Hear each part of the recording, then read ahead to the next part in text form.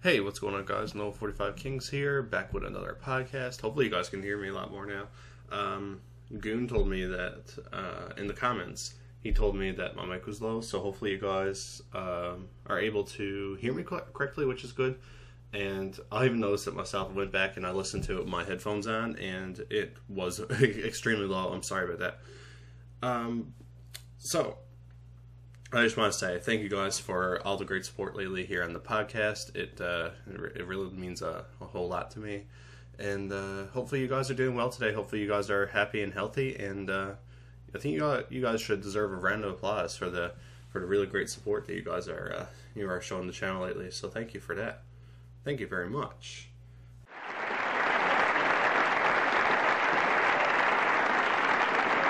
So let's dive into the second podcast. Breaking news. Trump says that he is going to ban TikTok. So if you haven't been following the story lately, TikTok, as you know, is in cahoots with the Chinese government because ByteDance, I believe the parent company of TikTok, is based in China.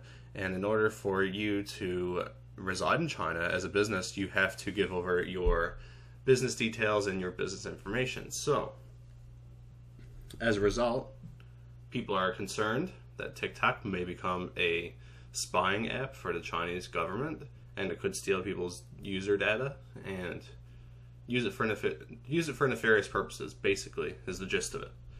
And as a result, many elected officials, including, I've seen Joe Biden, even he and his presidential candidate campaign, are banning TikTok, or forcing their workers to not have TikTok on their phones, making sure that they delete it after both their work and their personal phones because they say it is a big security risk. As well, the popular streamer Ninja has banned TikTok, or deleted TikTok on his phone, and that is a cause for concern. It makes you really wonder, is there a problem here? Could the Chinese government be using this for nefarious purposes? While they do say that the servers are in the localized area and it does not get rerouted to China, maybe in some way it ends up at the Chinese servers somehow, and people are concerned about it because they're basically saying, oh, we don't have any affiliations with the Chinese government. But really, you kind of do at the end of the day when you're dealing with such a big corporation like that and you're based in China. I mean, there's literally no way around it. Literally no way. It makes a lot of eyebrows raised, and it raises a lot of concerns for a lot of people. So President Trump says his administration is looking at banning the TikTok app, and supposedly he claims that he has the full authority to do so.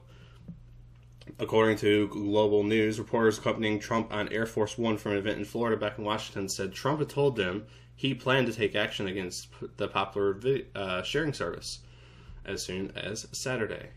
And Trump is quoted as saying, as far as TikTok is concerned, we're banning them from the United States, according to the Pool report. He also made clear that he is opposed to a deal to let a U.S. company buy TikTok's American operations from its China-based owner, ByteDance. So there was a report or rumor, speculation going around that Microsoft would acquire them because, as you know, they got rid of Mixer. They kind of need a video platform. It makes sense. They do have the cash flow because Microsoft basically has unlimited amounts of money. Not to mention, they are a US-based company and they don't have many ties to China. So, it makes, everybody win-win at the end of the day, essentially. Maggie Haberman on Twitter posted, the President of the United States made clear he is against proposed spin-off of TikTok with a resale to Microsoft or another company. Pool report via main print pooler David Cloud /LAT. So her Twitter handle is NYT, so I'm assuming she's a reporter for the New York Times, I'm assuming. It says President Trump said Friday he planned to bar the Chinese-owned social media platform TikTok from operating in the United States. Trump told reporters traveling with him from Tampa that he planned to take action against the popular video sharing app as soon as Saturday. As far as TikTok is concerned, we're banning them from the United States, Trump said.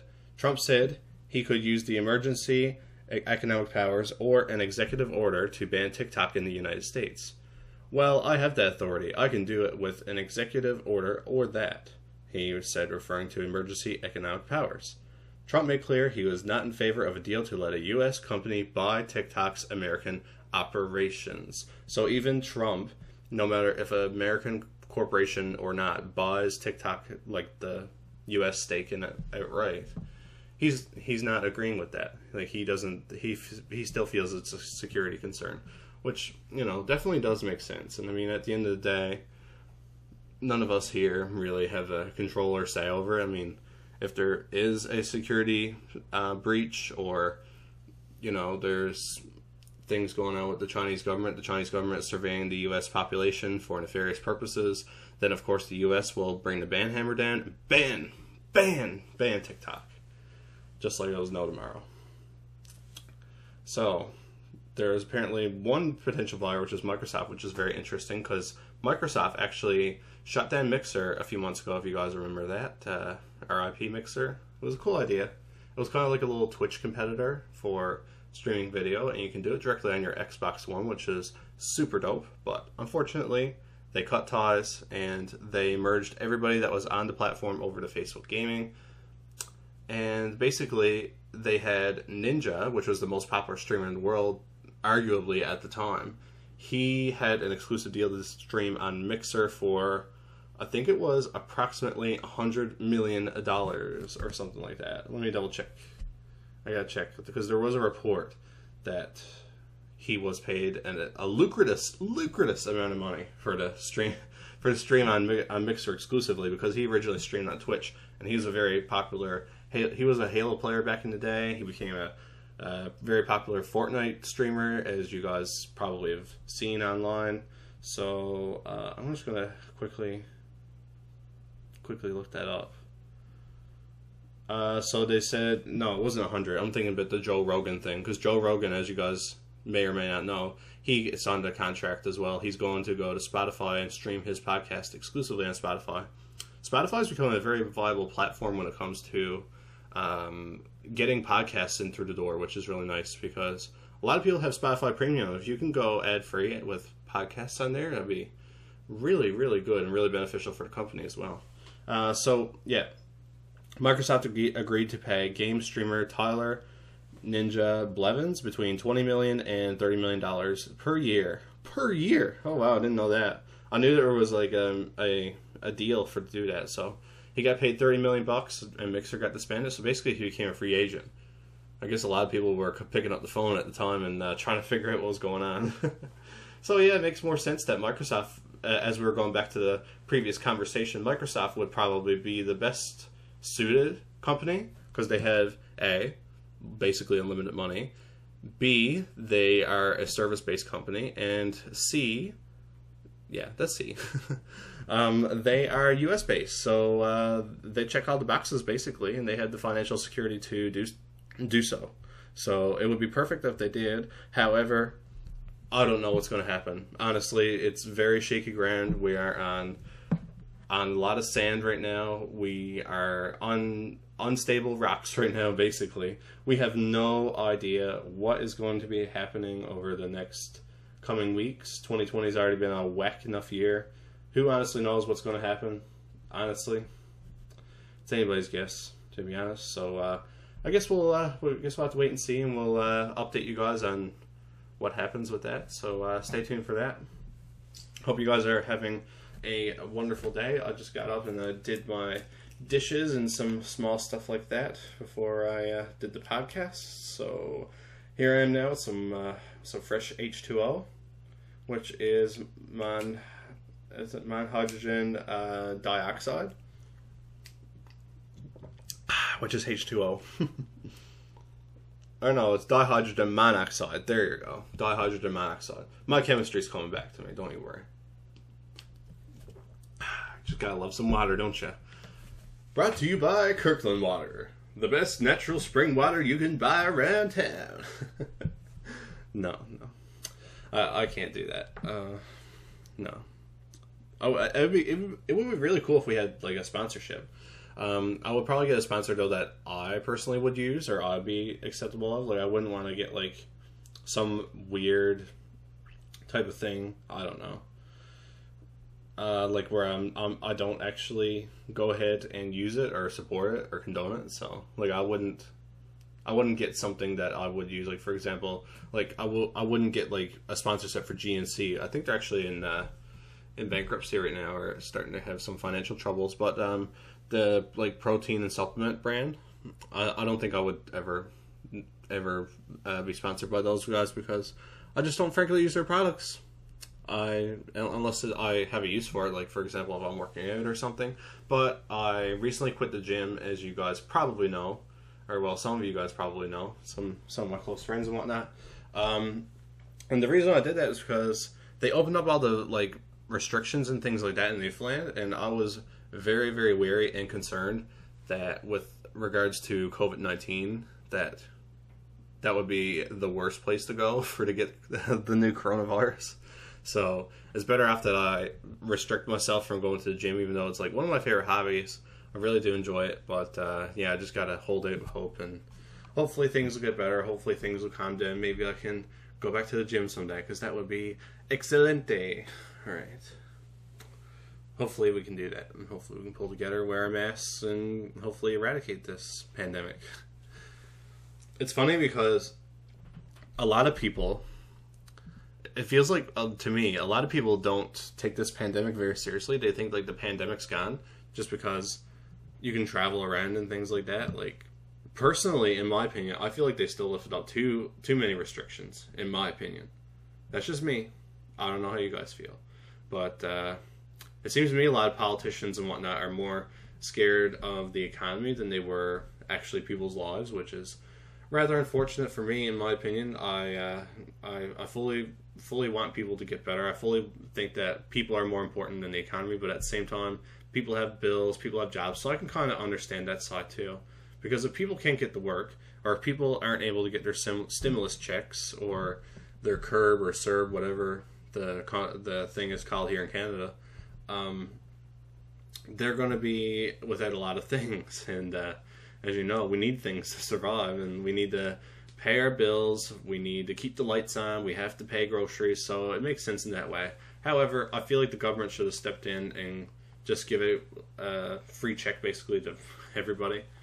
That's just how I feel personally. Like, they could have done something there, maybe some kind of funding type thing, because they lifted things too quick, and I'm afraid that with the carelessness and recklessness that people have been exhibiting, especially in the US, I'm afraid that's going to come back full swing, and it's going to be much more worse if the second wave does happen. Because, as you know, America's still having their first wave, because every time they lift restrictions, it's like, oh, here we go, here's the spike, oh, and it's up in the sky, and it's coming back down, and we got less cases, oh, the restrictions come back up, and here we go again. It's like a roller coaster. Like, as soon as the restrictions come back, it's like it comes right back up again like a mountain.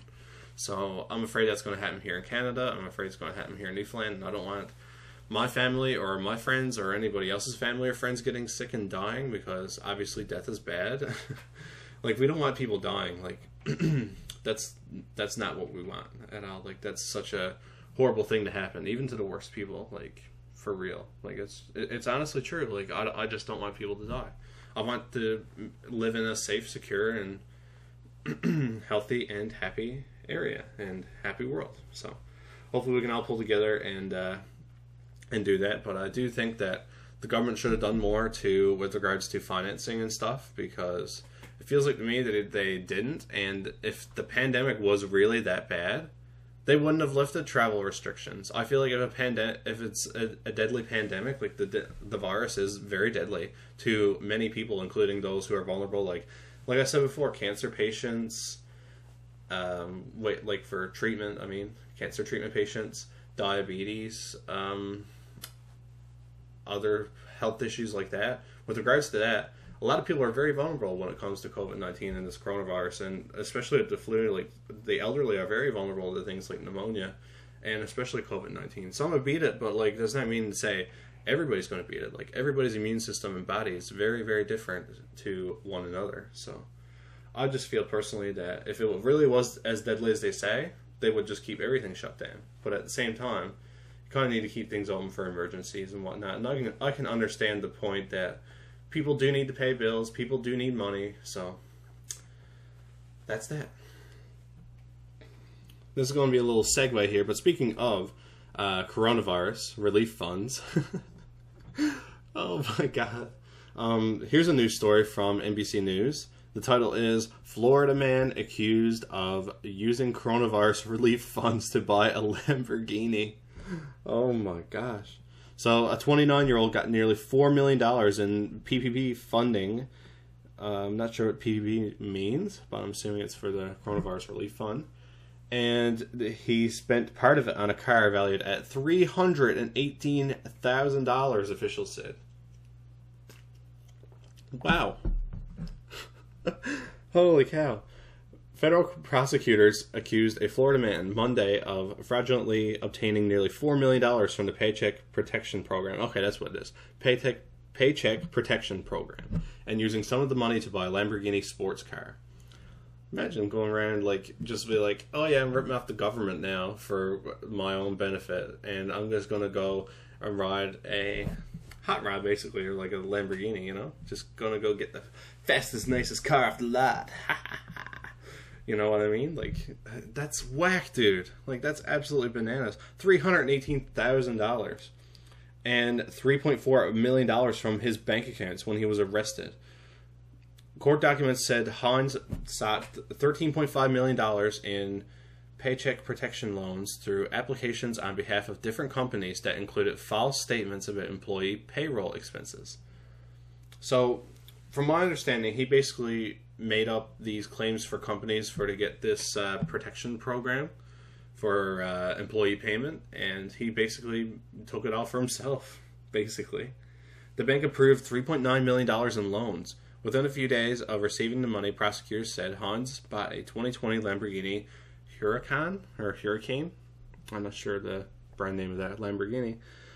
HURAC, and then it's the asterisk above the A and in, which he registered jointly in his name and the name of one of his companies. But in the following weeks, court documents went on to say he made no payroll payments and bought luxury goods and services. Oh my gosh. He bought it at Miami retailers and resorts. Hines apparently appeared briefly Monday before U.S. Chief Magistrate Judge John J. O'Sullivan to be formally notified of the charges. A lawyer appointed to represent him at the hearing did not immediately respond to requests for comment. The PPP program was enacted as a part of the CARES Act coronavirus relief bill, which Congress passed and President Donald Trump signed in March. The program provides forgivable loans to small businesses that keep their employees on the payroll.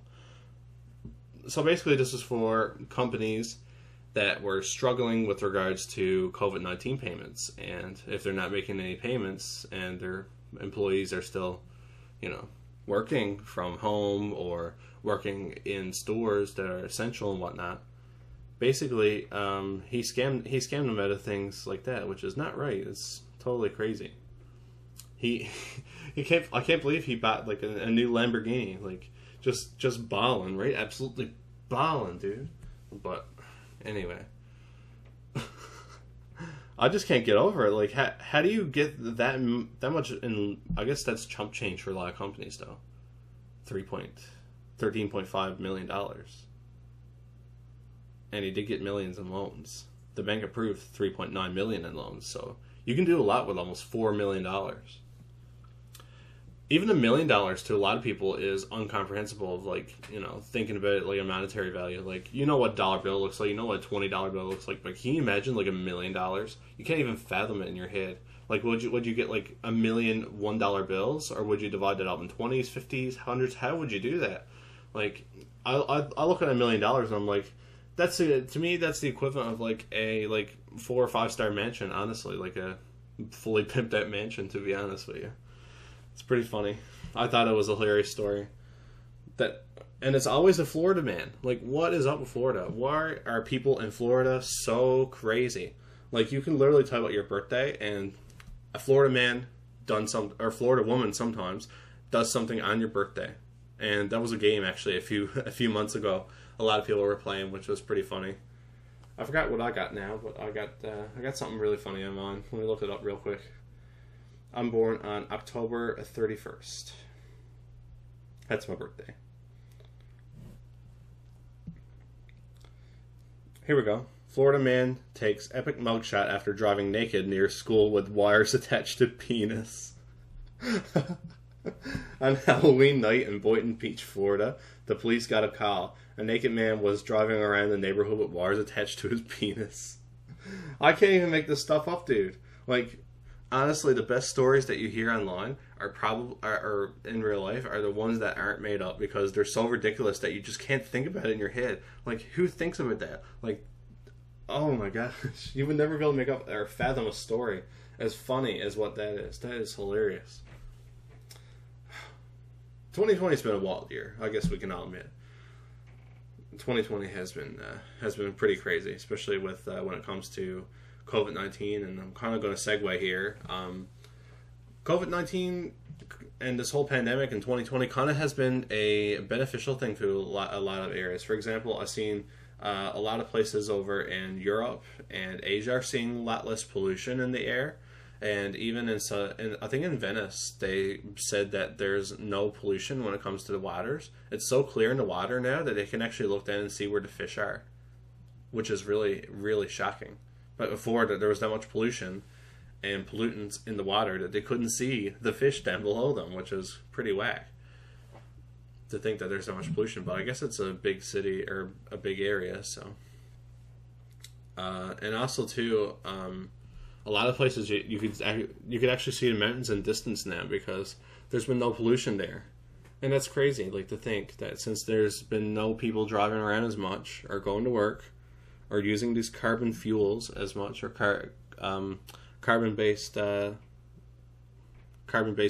fuel sources, that it basically cleans up the atmosphere like over time. Basically, what I'm saying is that humans are. It's true though. Humans are kind of a cancer when you think about it to our Earth and to the world as a whole, because we do pollute a lot. We basically dump in our own like house, that's essentially the equivalent of owning like a really like top tier mansion. Like, you got all the food you want, you got all the cars and everything else you could want, all the money you could ever want, and when you eat, you just dump it on the floor. That's literally what it is. It's like having a mansion and like literally taking it and turning it into a pigsty. It's literally what we're doing to the earth.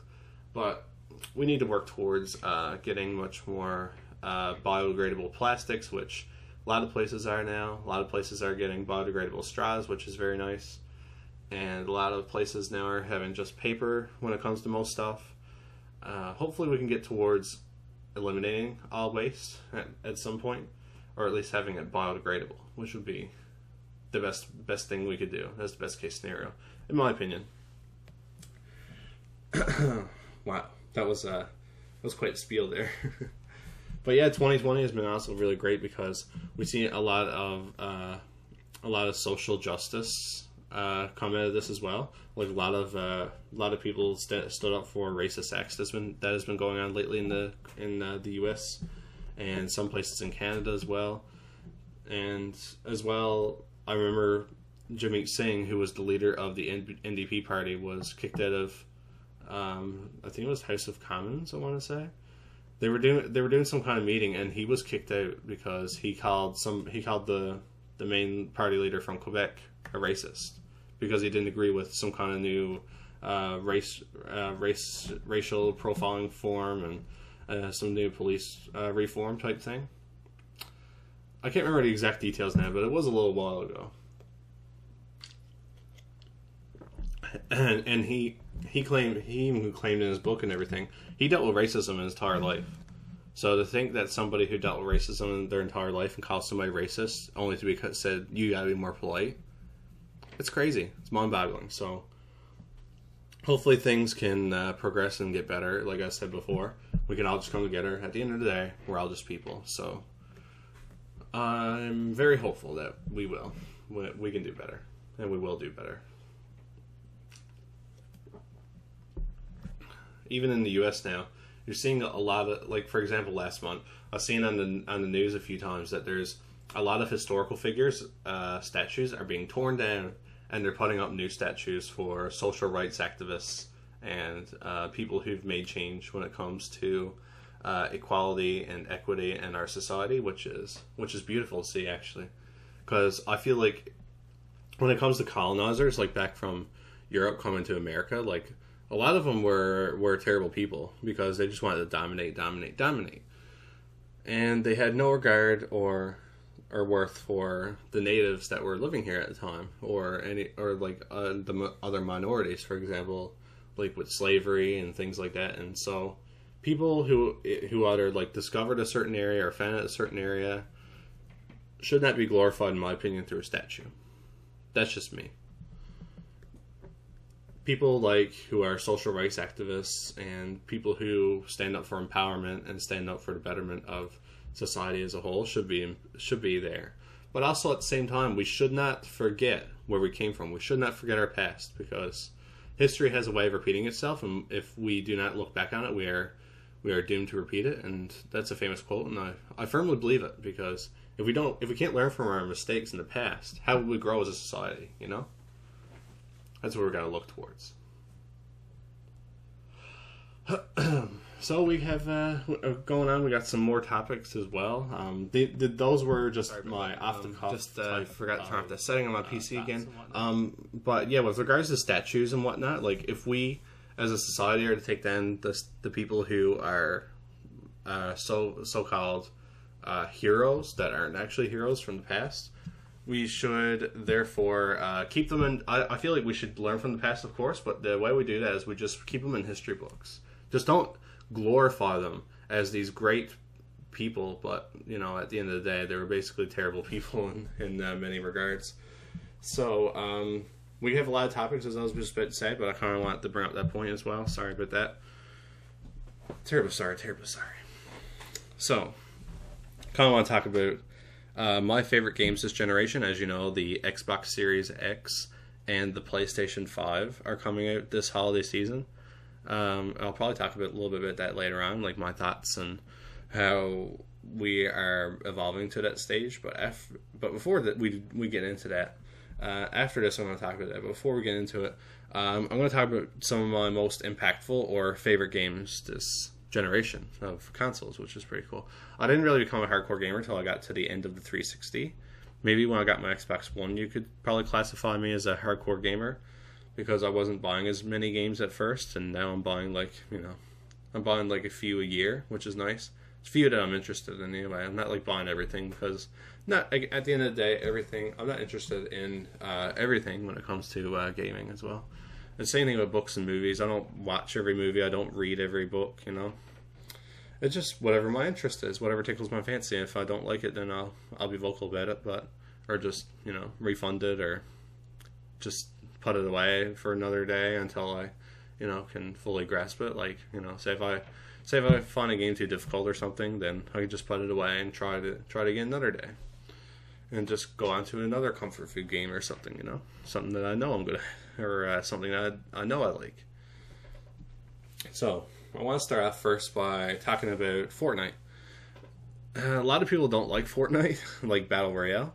I'm about to Save the World just to get some more bonuses in Battle Royale, and also Save the World is actually really good. I'm kind of shocked that they took down support for that, which honestly is such a shame, because it had such potential if they made it go free to play, which would have been awesome, even though it probably wouldn't run on mobile or Switch. 90% chance it'd probably just catch on fire. So, yeah. But with Fortnite, I had a lot of fun with my friends, I must say. And even during these times, it's kept me and my family and friends all connected together, which was really nice to see, because we still get to talk to one another over voice chat. We still get to interact with one another, even though like we're either far away from one another, or we just can't visit one another, of course, due to social distancing and stuff, when it was really strict back in March and April, when it was heavily enforced. And it's kind of like a junk food game. Like, honestly, it's not the best game in the world, but if you want some mindless fun, Fortnite is thebomb.com. It's really good. Like, it's probably one of the better multiplayer games you can get, and battle passes are great. The cosmetics are good. Like, they don't really give you an advantage for anything, which is good. There's no real pay to win in Fortnite, which is kind of a great thing unless you get like a skin that's like super flashy and people can see you from like hundreds of meters away, which happens a lot for some people, and some skins do stand out. But at the same time, you know, it all comes down to skill most times. So the only thing I don't like is the bloom, but at the same time I can kind of understand because you can kind of control the bloom as well. So if you know how to control it, obviously there's a bit of a skill gap there. So I can kind of see it. I don't think it should be an esport like how games like Overwatch and Rocket League are esports, but I feel Fortnite, you know, it's a great casual game, even more casual than some games like Call of Duty, and it's still a really good junk food game. I must say, like in between, like if you're waiting for something to come out, it's really good. And I would recommend that even if you haven't played it at this point, because it feels like everybody has at least tried Fortnite. They either know that they like it or they don't. But if you are the like very low, less than 1%, just give it a shot. There's nothing you can that can really hurt by giving something a shot. You can't really diss something until you try it. In my opinion, you can't diss anything until you try it. So go ahead and give it a try. Next up for like my most influential or favorite games, Red Dead Redemption 2. Oh my goodness.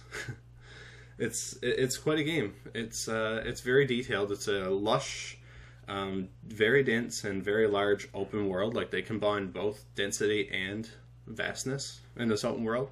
Like, you know the saying, like when they talk about open worlds, like it's as wide as an ocean, but it's as deep as a puddle. It's like, no, Red Dead Redemption 2 is an ocean. It really is. And it's certainly quite a treat, especially if you're somebody like me who loves like Western movies and Western type shows.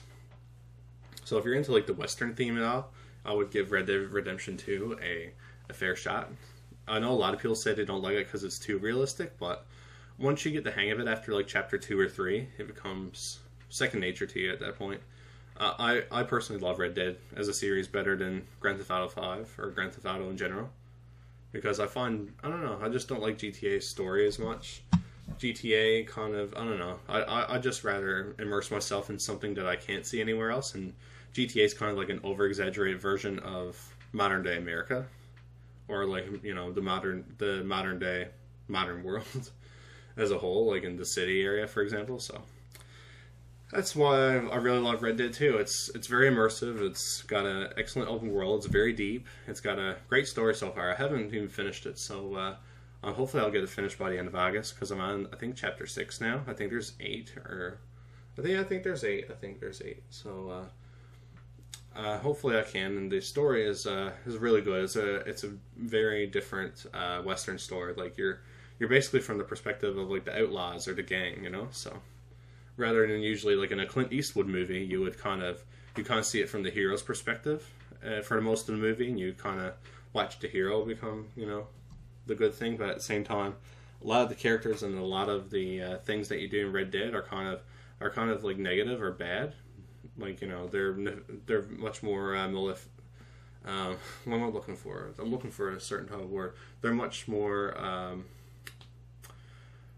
callous, like much harsher, but they're for good reasons generally, because like you got like your own camp to feed, and you got your, like, you know, certain types of people you got to help out, and basically you just got to be, you know, a supporter of the group, which is kind of a nice little touch as well that GTA doesn't really have.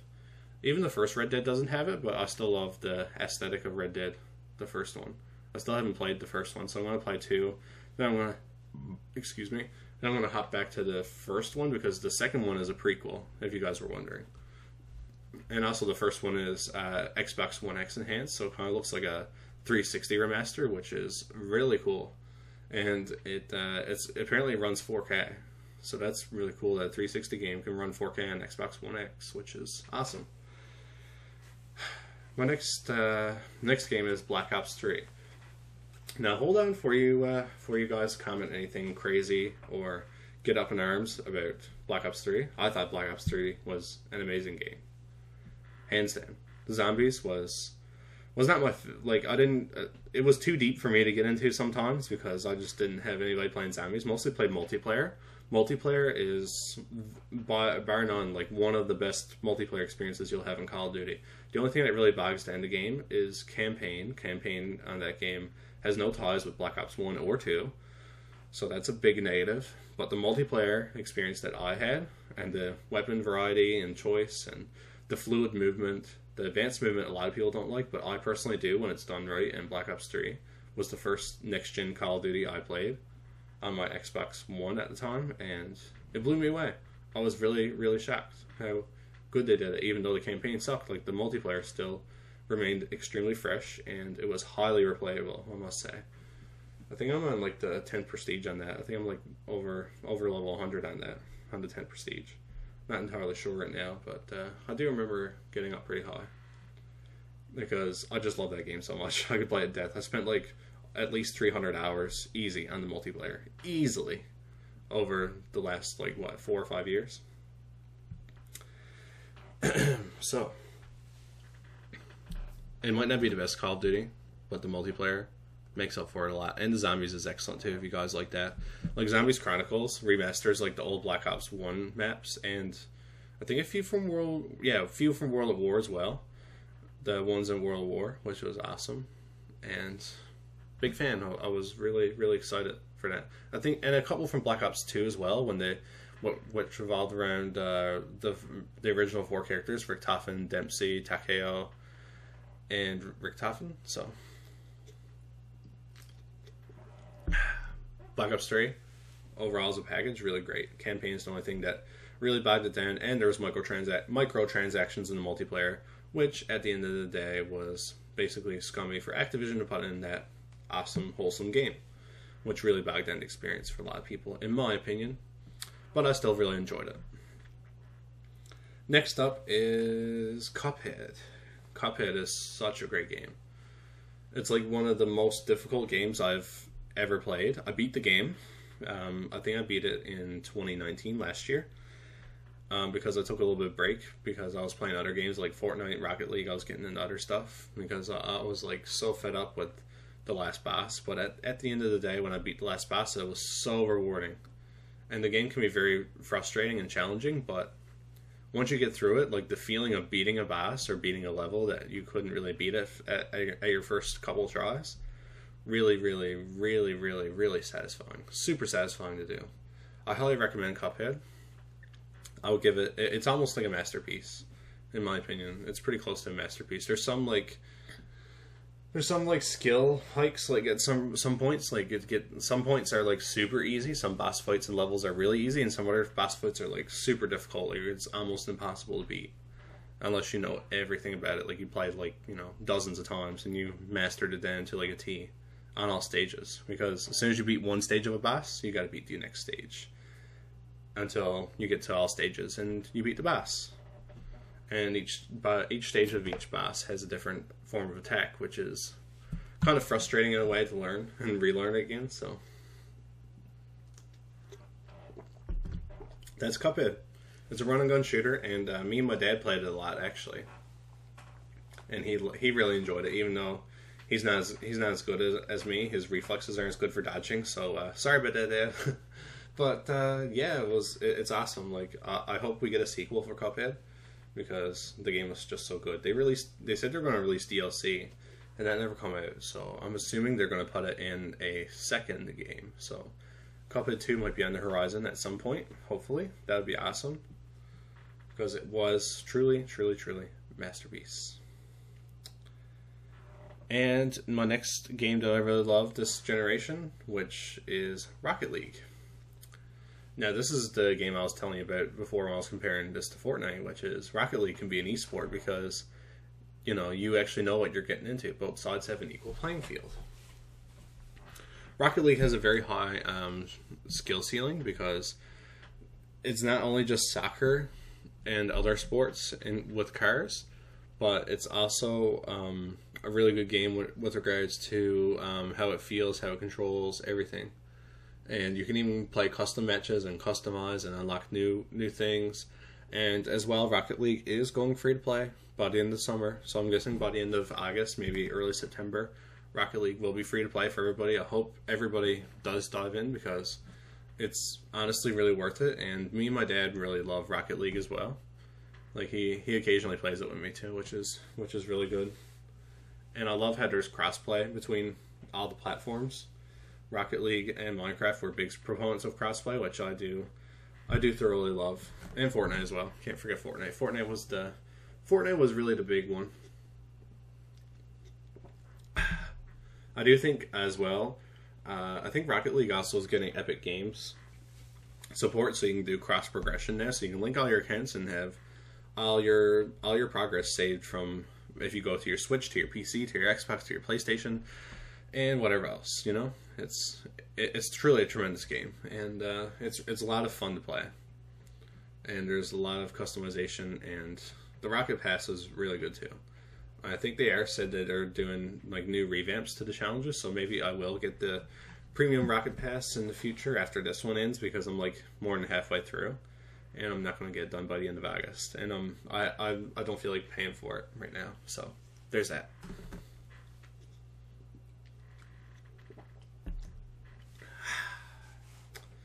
So my next game I want to talk about was Minecraft Dungeons. Minecraft Dungeons, really good dungeon crawler.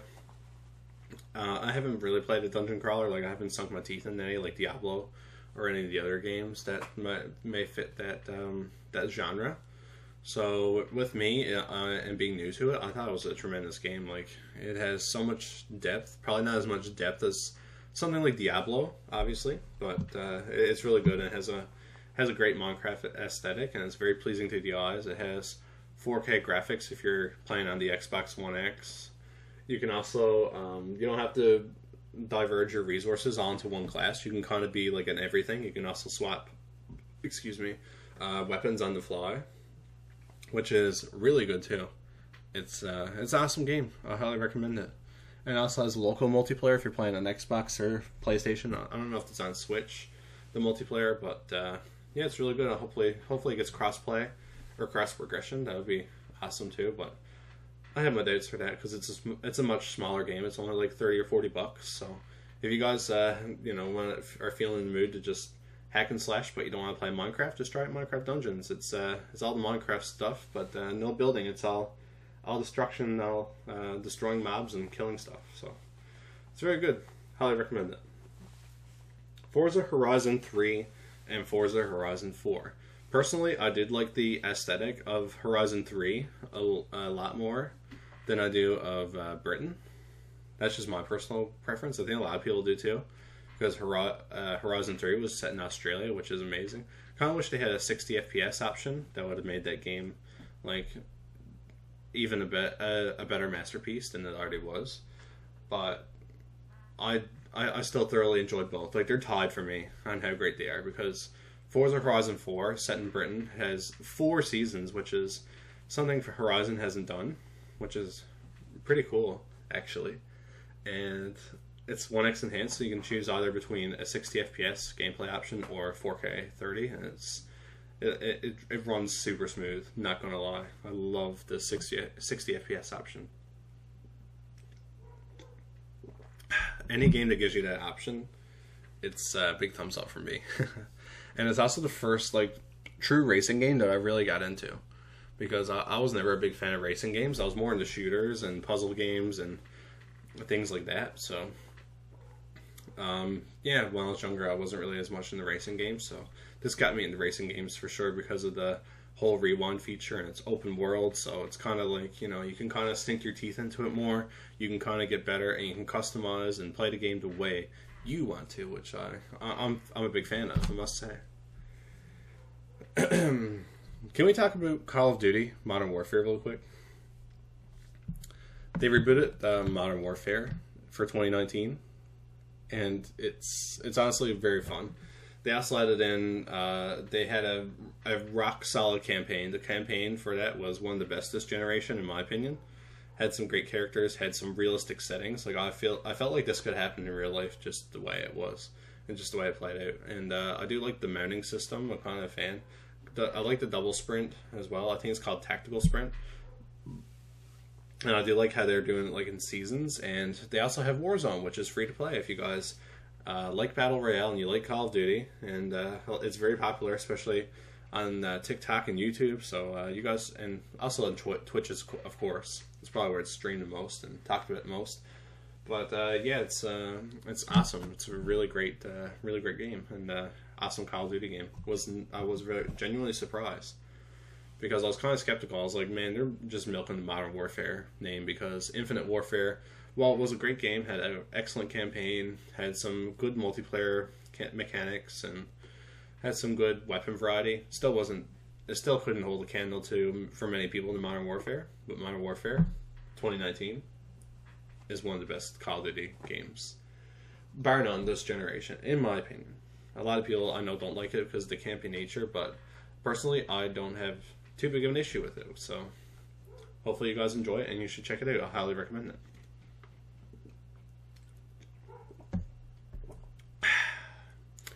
So moving on, Sea of Thieves. I want to talk about this. I haven't really dug into Sea of Thieves a lot, but I must be commended for, I wouldn't say it's one of the best, but if you have a great group of friends to play with, it's a lot of fun. I mostly play at randoms or by myself. And basically what you do is you fill it like a pirate fantasy, basically. Like, you can go search for treasure, you can go on bounties and kill skeletons, and you can just roam the random seas, and you can find quests that way too, which is, it leads to a lot of dynamic things. And there's also like a megalodon and a kraken, and they'll attack your ship and try to take you out, which is, it's kind of fun, but it's frustrating when you're by yourself sometimes. There's like dynamic stuff like that, where if you go in the water for so long, eventually like a pirate ship will come out and try to take you down, which was pretty cool. I'm not gonna lie, much better than the sharks or kraken, much more easier to take out. But I must say I really enjoyed it. I'm really enjoying it so far, and since they added fishing, 10 out of 10 for me. No, I'm just kidding though. Probably not a 10 out of 10 for me, but if I got into it more, maybe it would be like a close to an 8 or 9, I must say. So far it's probably like a 7.5 or 7 to me, because they added so much content. They added arena, so it's a excellent game, and I hope that Rare continues to support it for the future, and I think they will. As well, the last game second last game that is some of my favorites or most impactful for me is Hellblade: Senua's Sacrifice. I really enjoyed this. This was basically what happens is you follow this Viking warlord, Senua, and she was with a tribe of Vikings, I think, or Norsemen kind of thing. And the second one is going to be set in Iceland, I'm pretty sure they said, so that's going to be pretty cool, or based on it anyway. But going back on topic, Hellblade: Senua's Sacrifice, amazing game. It really, really, really paints a picture for people who don't understand mental health, or don't understand mental health issues like psychosis. And at the end of the game, it really, I don't want to spoil it here, but it really makes you wonder what they're going to do for the sequel. And on her pursuit, she's trying to go back to hell, and at the same time her mind is playing tricks on her. Like, she's trying to overcome like her mental obstacle as well as her physical obstacles, which are like these like enemies that are trying to block her from getting back to hell and trying to save her loved one, which is Dillian. And so yeah, and there's also boss fights, and the only thing I didn't really like was the puzzles. I hope that they iron out the puzzles for the second game, or maybe there might not even be puzzles at all. Maybe it's just all fighting, because the combat in it was bar none really good. Like, you can block, you can do different styles of attacks, and you could do your quick dodges and attack multiple enemies at once. And also too, again, they give you options on frame rate and resolution, which is awesome for an Xbox One X game, because I will always pick 60 FPS, but sometimes I might want to replay a game, and sometimes I might want to get better visuals or better effects sometimes, and it's nice to have the option, which is really awesome. So, also, last game I want to talk about is The Hunter Call of the Wild. Love this game. My dad loves this game. We played it a lot, actually. My dad has dozens of hours in it. I have like hundreds, and I think he's approaching the 100-hour mark soon. I think so. He gets up every morning, like around 6 or 7 o'clock. He plays it for 45 minutes to an hour, gets a couple hunts, then he just goes on with his day, and he loves it because we game share. So I can also play with him as well. I got it on the 1X. It looks gorgeous on the 1X. Although the only thing I would like for it to do is if we get a Series X enhancement or a Series X port with smart delivery or a free upgrade of some sort, I would love for them to iron out the frame rate or give us a 60 FPS option. Because sometimes when you're in certain environments that there's a lot of foliage and trees, especially in the Savannah map, like it gets very, very laggy when it comes to frame rate. So I would like them to iron that out. That'd be awesome. And I hope they do so. I would love to have a Series X port of that game. Because Call of the Wild is... It seems like it's kind of like a service-based game. Like it's an open world, hunting simulator kind of thing. You have wind. You gotta watch it for your heart rate. You gotta watch it for visibility. You have... Excuse me. You have... you have like so many guns. You have so much DLC to go through. It's crazy. It's very crazy. And I highly recommend for you guys to check it out. So, yeah. That's all for when it comes to my favorite games this gen. I cannot speak highly enough about those types of games. Like, if you guys want to check those out, please do so. I'm also primarily an Xbox gamer, as you can probably tell. I also want to give a quick shout out to Clubhouse Games. That's really good too. I love having my friends and family over, and whenever they do, we whip out Clubhouse Games, play some darts and bowling, and some other games like that, and it's a fun time. Really good. I also love my Switch because I can carry it around, which, you know, you can't really do with an Xbox One X or something like that because you got to pick up all the cables. But it's just literally bring one cable, bring your Switch, and that's it. And, well, of course, games and controllers, but you know what I mean. Like it's much more streamlined, which is awesome. Love the Switch. Speaking of Xbox, we're gonna kind of go over here into the next topic, which I'm going to discuss about, which is the Xbox events. So they talked about many games. So they talked about Halo Infinite. They showed a demo of that. I'm really excited for the Series X. Not so much for Halo Infinite because I'm not a big Halo fan. I'm trying to get into Halo now because my fiance bought me Master Chief Collection a couple years ago, so I'm trying to go through the campaigns of that and playing the multiplayer. Really enjoyed the multiplayer. Campaign's good too. I kind of find myself getting lost sometimes because the levels are so big and there's no real like pointers or direction or different colors for to indicate, hey, press on this button at this time, you know? So kind of would like them to streamline that for future Halo games, and I think they are. I think they did. I used to play Halo 3 with my friends sometimes, and Reach as well. I got Reach for free, actually. My friend on Xbox gave it to me. So shout out to him. He was awesome. He gave me like a free download code because he bought a new Xbox 360 at the time. So awesome. Thank you very much. My daddy watches this, but it'd be cool if he did. So yeah, with regards to Halo Infinite, a lot of people were saying that the graphics didn't look very great, like the textures and everything were very bad. Everybody was like, oh yeah, this Series X is not going to be very good, or they're assuming it was either running on the Xbox One or the Series X and trying to downplay it and say, oh yeah, like, you know, this game's going to look trash because the Series X or the Xbox One is trash. But really, it was running on a mid-spec PC, which was supposed to be comparable to the Series X, so it's kind of a problem. Like if you're seeing that on PC, which, yeah, it's kind of like, ugh, it's kind of ugly. So you're just there left wondering, like, oh man, like, is Halo in trouble? Like, I have that concern, but I think they'll iron out a lot of stuff by launch. So they're also planning on making it like a games as a service type thing because they just announced that the multiplayer portion of Halo Infinite will be free to play for anybody on PC or Xbox as well, which is an awesome move, actually. A lot of games are going free to play as well. So it's an interesting time. Really is an interesting time for gaming. And we move on to the next thing, which was a little teaser trailer type thing for State of Decay 3. And you see a woman trying to like survive in like this wintry type environment. It was like a cinematic, so it's not really indicative of gameplay. And it just showed up State of Decay 3 at the end. I haven't played the first two State of Decays, but they always piqued my interest, so maybe I'll check out State of Decay 2, because I heard that has a lot of good enhancements and It's basically State of Decay 1.5, so I don't think I'm going to go back and play the first one. I don't think so. I don't think, but maybe I should. Maybe you guys can let me know in the comments down below if it's worth playing or not. But yeah.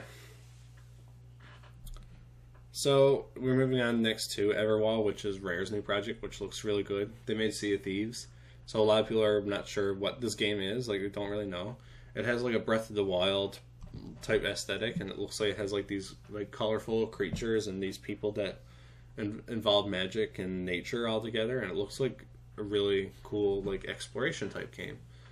I don't know, it kind of gives me like Pokemon type vibes in some way, and I know that's kind of weird, but it's kind of true. It kind of reminds me of that, but I don't think it's going to be that. I think it's going to be kind of like, I don't know, almost like Monster Hunter type of game, possibly, maybe. I don't know.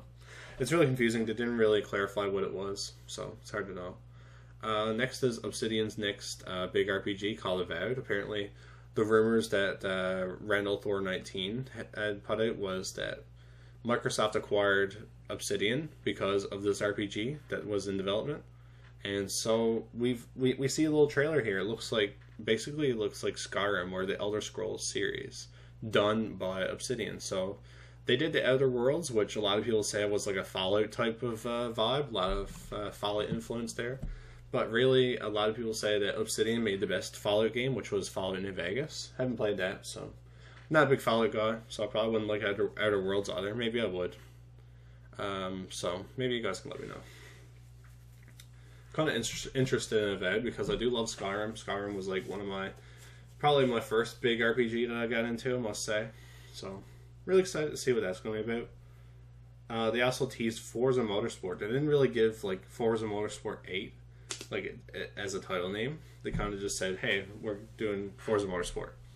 So maybe they're kind of doing like the Halo Infinite type thing where it's like a games as a service, where like it's going to roll out with new content and stuff over time. And I feel like they're doing a lot of stuff on the engine. Like they're going to add ray tracing. They're going to have it run at 60 FPS. They might even do an 8K mode, which would be insane because they did mention that there's going to be 8K gaming potentially. So maybe that'll be a showpiece as well. Or maybe they're just going to invest in making the cars much more lifelike. Like they're going to use photogrammetry, which is we're going to take a photo of something and they can render it in their creation tools in their game, which is really cool and makes it easier for things that look more lifelike. So hopefully that's the case, and hopefully Forza Motorsport comes out really good. I'm more of a fan of Horizon games, but at the same strength, it's kind of impressive to see what they can do and what they can push with the Forza Motorsport envelope. So I'm kind of interested to see what that's going to be like on the Series X when it does come out. So, and from the games event, the last big thing that I've seen there that really piqued my interest was Fable. Now, they give out Fable Anniversary, which was a 360 game for Games of Gold, and they didn't have any Fable game this generation, and I haven't played Fable before, but Playground Games, the guys who make Forza Horizon, are the guys that are doing this game, so I'm pretty interested because they do really impressive open world games, they do impressive driving games, and a lot of people say Playground has a good pedigree to do so, so I'm interested to see what they're going to do. And hopefully it's going to be good. Because, in my opinion, Xbox right now is lacking... Like, that's the common criticism a lot of people have of Microsoft, is that Xbox has, like, no games, they say. But really, there's lots of games on there. It's just there's no exclusive games on there, you know? Because they're all on PC. But I do like that, because it's much more pro-consumer. And at the end of the day, I just don't care. I just want to have some great games. And I'm not a big fan of Sony's games. Like, a lot of their games, they pop out to me, and it's just like, whatever. Like, I just don't personally care about them as much as I do the Microsoft ones. So, excited to see what these new studios have in store, and the little taste we got so far is really great. And hopefully they won't disappoint. Hopefully we can get some bangers this generation. Hopefully a lot more people will invest in Microsoft and an Xbox, so we can get more games, and that can fuel bigger projects in the future, and make some more pillars. Like, because they always have the thing. It's like, oh yeah, it's always Forza, Gears, or what was it, Halo, Forza and Gears, and that's it. But Microsoft is diversifying their portfolio for this generation, which is awesome to see. And finally, finally, it's bedtime. A lot of people would say. And they also teased as well that they didn't do this at the Xbox event, but outside they've done interviews where they said that like games like Gears 5. Oh yeah, they did do this at the event. Okay, never mind. Yeah, at the event they said that they're gonna have basically backwards compatibility, of course, for everything that works on the Xbox One will work on your Series X. And they mentioned that there's going to be like enhanced versions of these games that are going to be with smart delivery. So when you buy that game on Xbox One, you get it for free on Series X and vice versa. And those games included Sea of Thieves, which I think is probably going to possibly get a ray tracing update, or probably just get better graphics, like better textures and cleaned up stuff like that, hopefully. And Gears 5, they teased that they're going to get at least a 100 FPS mode. They worked on it for a few weeks and they got the game up to 100 FPS. I could see the game probably going to 120 maybe in multiplayer, because I heard that Gears 5 multiplayer isn't as demanding as the single player is. So, but I don't know. I could be wrong on that, but that's what I would assume. Also, too, Forza Horizon 4, yeah boy, is getting a 4K 60 mode. Instead of before, like I said, you had to choose between 4K and 60 FPS. You had to choose between either 4K resolution or 60 frames per second. But now they're going to have both of it on the Series X, which is dope. It's awesome. So very glad that to see that's going to be on there. So happy to see that. So that's all for the Xbox news, but there's a rumor going around that there is a new series called the Xbox Series S or Series Y that they're going to announce later on in August. They're also supposed to have a few teasers for the Initiative's big game as well in August, from what we've been hearing. And with regards to the Series S or Series Y, they're thinking that it's going to be about the size of a GameCube. It's going to be like a square box, like a cube almost. And it's apparently going to be around 4 teraflops of compute power compared to 12 teraflops with the Series X is expected to do. So it's going to be a small entry point into next generation gaming, and hopefully it won't be too expensive. I'm hoping that the Series X will come around $449 US, and the Series S will come around probably $299 or $249. I'm hoping that's the case. I think $299 sounds more realistic, to be honest. Like $300 is pretty good to get into a gaming console, really. So hopefully that's the case. As well, Initiative's game is rumored to be Perfect Dark. So I haven't played Perfect. I played Perfect Dark on the 360 with Rare Replay, the backwards compatible versions, I guess. And I'm not a fan. I'm not a fan of it. They're very dated. Maybe it's because they're old games. They are really old games, so maybe that's why. Maybe I just need to get a better grip on it. But yeah, apparently Initiative's going to be making like a high profile AAA video game set in the perfect dark world. So it'll be interesting to see what that's all about. Be pretty cool. Not gonna lie. Let's see. There's a lot of upcoming things that I'm really excited about as well. Almost out of water. I'm gonna have to go grab some more. But yeah, the next upcoming things that I'm really excited about are Rocket League going free to play, because Epic bought the studio Psyonix, so it's going to get Epic Games cross progression as well when it goes free to play. So like when you buy like the Battle Pass, or Rocket Pass as it's called, you will get the ability to transfer your progress over from one platform to another, which is quite remarkable actually, and it's awesome. Fortnite and Dauntless use it already with Epic Games integration, and it works seamlessly. It's flawless. It's godsend. And Rocket League's already cross play, and now it's going to have cross platform progression. So it's going to be even better. And hopefully with more people getting into Rocket League, it's going to become excuse me, it's going to become a much bigger platform for people to jump into because there's no barrier to entry. You just jump on, play the game, and don't have to pay for anything if you don't want to. You can buy cosmetics and stuff, and that's probably where they're going to make up for a lot of their money. But Rocket League is an amazing game, and hopefully it continues to be just as amazing as when I bought it back in 2017. I do believe I bought that game. Yeah, 2016, 2017, somewhere around there. I'm pretty sure it's 2017. I'll get the apparently whoever bought Rocket League before is going to get like a player icon saying when you started playing Rocket League. So I'll let you know then.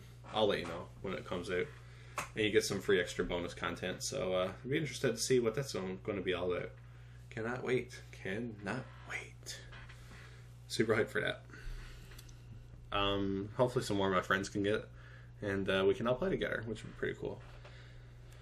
I'm really hyped for Mandalorian Season 2. That's going to be coming out hopefully in October, around the same time as the first season came around, because they do have the whole series filmed, and of course with coronavirus going around, they were afraid. A lot of people were afraid that they wouldn't be able to record it, but turns out they had it already filmed before all this hit, so it's a good thing. It's excellent.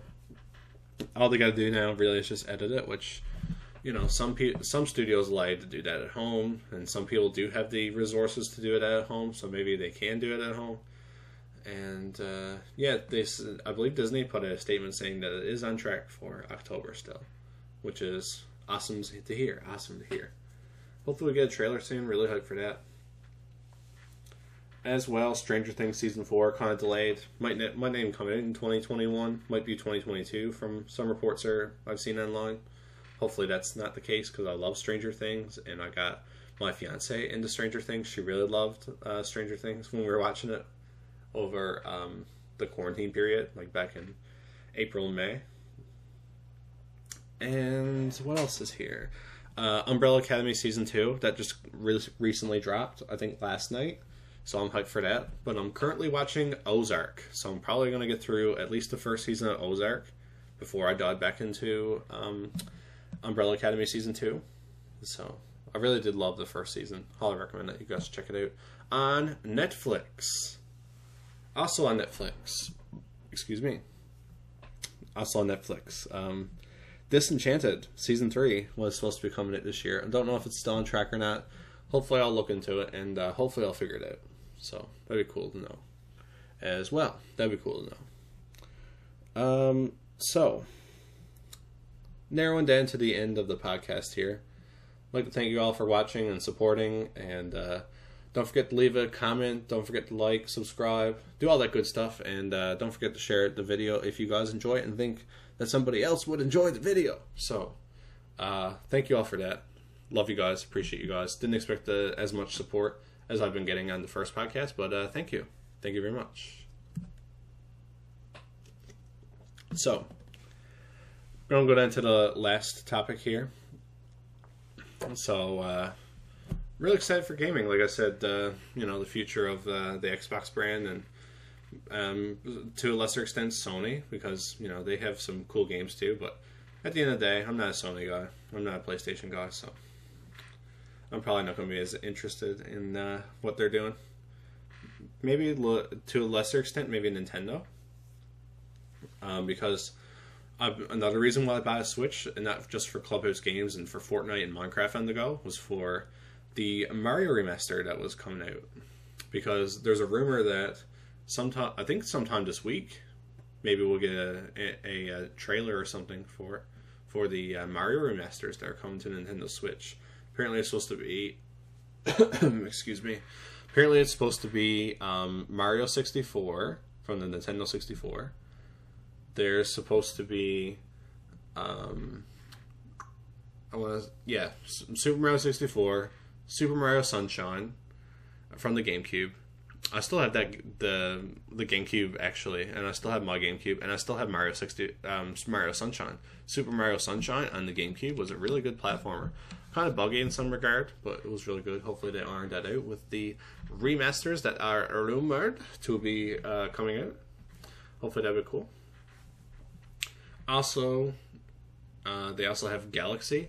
There was a rumor that it was just going to be the first Galaxy, and then there's some that's going to be Galaxy 2. I'm not really sure. Maybe they'll combine both of them. I don't know how they could do it. But Galaxy 2 is a masterpiece as well. And Galaxy 1 is also a amazing game too. Loved it. And I would love to have it on Switch. I can't believe I have like 3 of those games at least on the go. Even if it's just not Mario Galaxy 2, even if it's just Mario Galaxy 1. I had it on the Wii, had both those games on the Wii. I sold my Wii recently because I just wanted to save up and get a Dyson fan. And I didn't really use my Wii, or my 360. I sold 2 of those. Because, well, I can play on basically all my 360 games on my Xbox One that I had. And also, I just didn't use my Wii.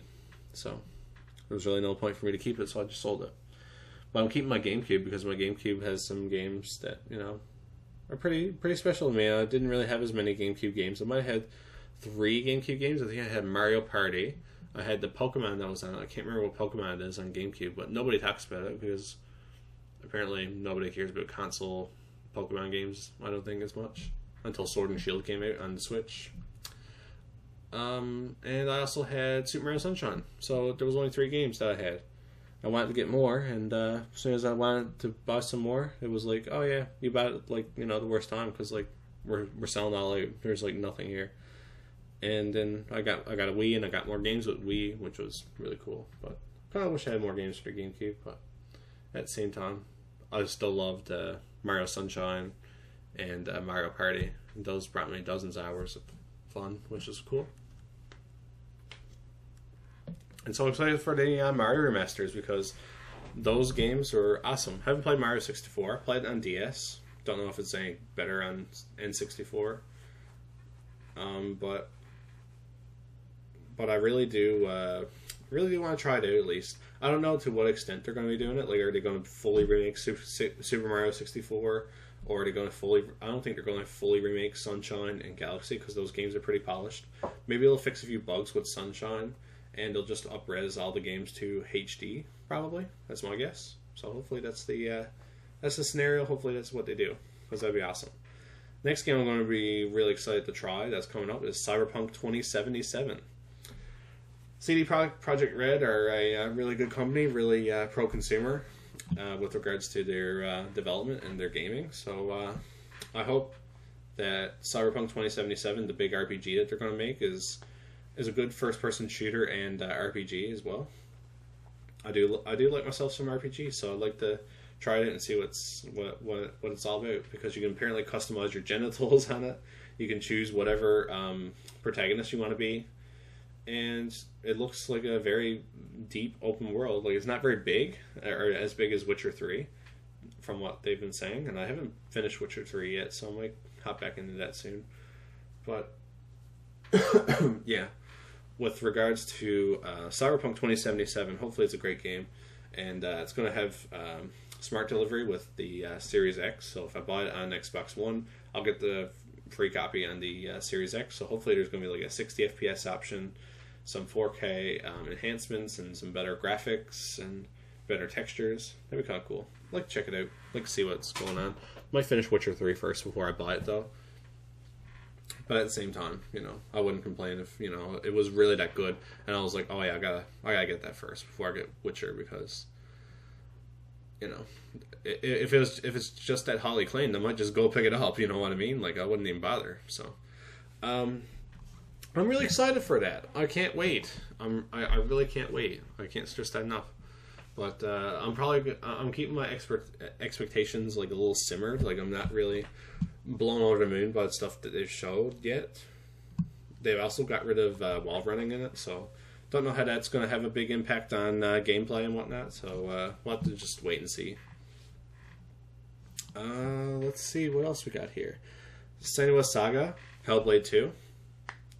I'm really excited for that because, as I mentioned before, it talks about mental illness and things like that, and also the first Hellblade had some excellent combat, and I hope that the second one can one-up that and maybe become a little bit more open rather than just as linear as it was, because Microsoft now acquired Ninja Theory, so they've been working on Hellblade 2, and they also put out Bleeding Edge earlier this year. I think it was earlier this year, or late last year. I'm not sure when that came out, but that's supposed to be a really good game too. Some people enjoy it, some people don't. It's kind of like Overwatch, but it's all melee based. So I don't know. It'd have to jump out at me a little bit more. Maybe just kind of grab my interest, like some other games have. So I might check it out someday. Maybe if I get Game Pass, Because there is a room, as a quick segue, maybe they are trying to get more people in the Game Pass because Xbox Live Gold is going down. Like, you can't buy the 12-month Xbox Live Gold anymore. My Gold was running out in the middle of August, and as a result, I was trying to redeem it or like get a new. I needed to get a new 12-year or 6-month or whatever. But I was just going to buy like a 3-month because usually I get like enough money anyway by Christmas to get another 12-month card. So went to go buy it, and there's none there, not at EB Games. So that was rather unfortunate. Very, very, very unfortunate. But the reason why a lot of people are speculating that they're getting rid of the 12 and 6 month is because they're trying to get everybody in the Game Pass, and they're going to remove the barrier for people to buy Xbox Live Gold. So you don't have to buy Xbox Live Gold anymore, which would be awesome. I hope that if they do remove the paywall to play multiplayer on Xbox, that they don't get rid of Games of Gold entirely. Like, excuse me, the library that I have on Games of Gold is very vast. Like, half of my collection of digital games are from Games of Gold, and I do love a lot of those games, and I would love to keep them. If I had to rebuy those again, that would kind of suck. Like, mostly some of the Lego games I got for free, I really love those, and I'd love to keep those. As well, another game I played was Oxenfree. Would love to keep that game as well. I'm not sure what other games that I got for free that I would like to keep, but Forza Horizon 2 I think I got for free, I want to say. Yeah, the Xbox One version. And I think that's it. That's all I got for free. And there's a few for free that stick out to me. Like, there's dozens of games I got for free, but I can't sit down here and name them all. I think the 360 ones will stay, at least, from what I'm hearing, because they're just giving those out for free outright. They're giving it the free licensing and whatnot. I don't know how it's going to work with Xbox One games, but hopefully I can keep some of those, which would be cool. Or at least to give me like an option to like buy the games in like a bulk or like discounted price. Hopefully that's the case.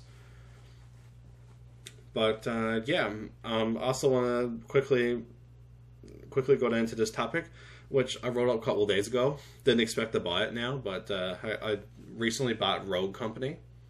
It's a new game that's going to go free to play. Haha, see what I did there? Free to play games, free to play again. And so this game is going to go free to play. And there's already cosmetics you can buy, and there's currency. I paid $20 to get into like the Founders Pack. And what I've been playing of it so far, oh my goodness, it's awesome. And if you are somebody that loves multiplayer, third-person action, like multiplayer games, it's a third-person shooter. It's kind of like Counter-Strike, except for obviously it's not first-person. And every time you buy a gun from that round, because there's a buy system, you get the opportunity to buy a melee weapon, you can buy a piece of equipment, you can buy perks, you can buy guns, and every gun you buy, you can actually upgrade by buying it again, basically. So, like, if a gun like, say if an AK was 5,000, or whatever the name of the gun is, you had to pay another 5,000, and you'd get, like, reduced recoil, or reduced hip spread. So, it's kind of cool. I like that idea that you can still keep stuff, because in Counter-Strike, every time you lose a round, like, say if you die, you don't get to keep your stuff, but in Rogue Company, you get to keep everything, so that's pretty cool. And they also have another mode on there too, which is more casual for like if you're just jumping in. That's why I played first, to kind of get my bearings. But the whole thing is centered around competitive gameplay. And you can actually, unlike other third-person shooters, you can actually dodge bullets. So like say if you get hit and you kind of want to go around a corner for cover, you can actually do that by pressing I think it's the B button. Yeah. Press B, and you can just hide around a piece of cover real quick. You can kind of like, bounce around, which is kind of cool. It's kind of set in like a cyberpunk futuristic style universe type thing. It also has crossplay between Switch, Xbox, PlayStation, and PC. So if you guys want to check that out, it's really good too. I don't think there's any cross progression though, so it kind of sucks.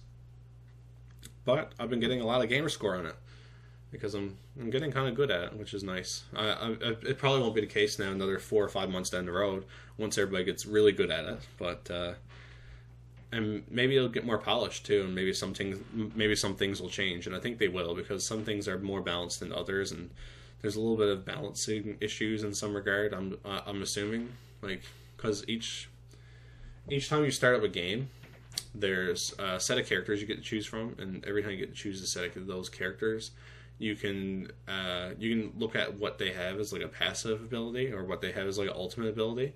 So like one person, you can throw a knife, and if it hits somebody, or if they pass by it, it blows up. It's an explosive throwing knife, which is pretty cool. And it's very small, so like you have to keep your eyes out, and if you don't see it, you gotta watch out, because you could blow up basically.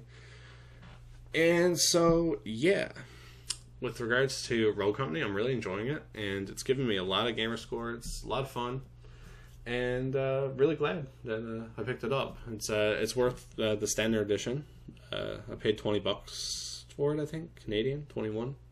So yeah, it's worth it. I'd dip my toes into it if I were you. If you're into Counter-Strike, if you're into Rainbow Six Siege, it's kind of like a mix of a little bit of everything.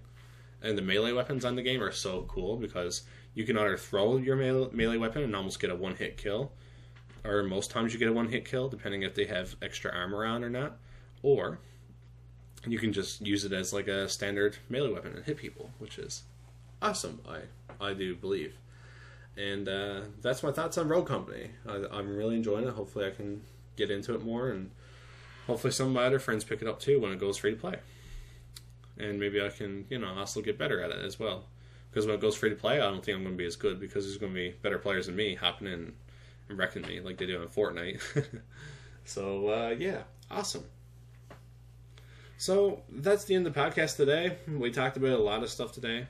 We talked about Trump banning TikTok, possibly. The possibility of that. Microsoft possibly acquiring them, because Microsoft has the deep pockets, you know what I'm saying, to be able to acquire them. And also we talked about a lot about gaming and upcoming TV shows that I'm really anticipating, and also talked about Xbox and how they're bolstering their exclusive lineup, which is a really great thing. I'm really excited. And we also talked about Florida Man, so that was great. That was a good highlight of the show. Oh my. So, anyway, guys, thank you for listening to the podcast. Hopefully you guys did enjoy. Leave a comment, leave a like down below if you guys want me to answer any questions or anything. If you have any comments, if you have anything you want to say, any criticism, shoot it on down in the comment section down below. I will be sure to read it, and hopefully this video will be out on August the 1st, hopefully. And if not, I might schedule it for August the 2nd or the 3rd. So, anyway, guys, take care. Hopefully you guys are having a wonderful day, and having a great day. Enjoy the rest of your day. Whatever, right? So, I'll probably also have a new screen up as well, saying, like, what episode the podcast is at. I'm gonna try to do something simple. Maybe I'll throw up something small and, like, be like, NOAH45KINGS podcast number 2. And you guys can enjoy that little tiny infographic. Maybe I'll get some gameplay. Maybe let me know if you guys want to see some gameplay potentially. I might try some gameplay sometime occasionally, because on the Xbox you can just record it from a hard drive, which is awesome. So yeah, it was a great fun talking to you guys, and hopefully you guys enjoyed the podcast. Please have a great day, and be sure to leave a like. Don't forget to comment, subscribe, and all that good stuff down in the comments below. Please leave a comment. I was going to say comments. I meant down next to the subscription. Or description. You know what I mean. Hit the notification bell if you guys want to stay up to date with all my latest posts and uploads. And thank you guys for coming back. I'll see you guys in the next one. Peace out. Don't get banned on TikTok.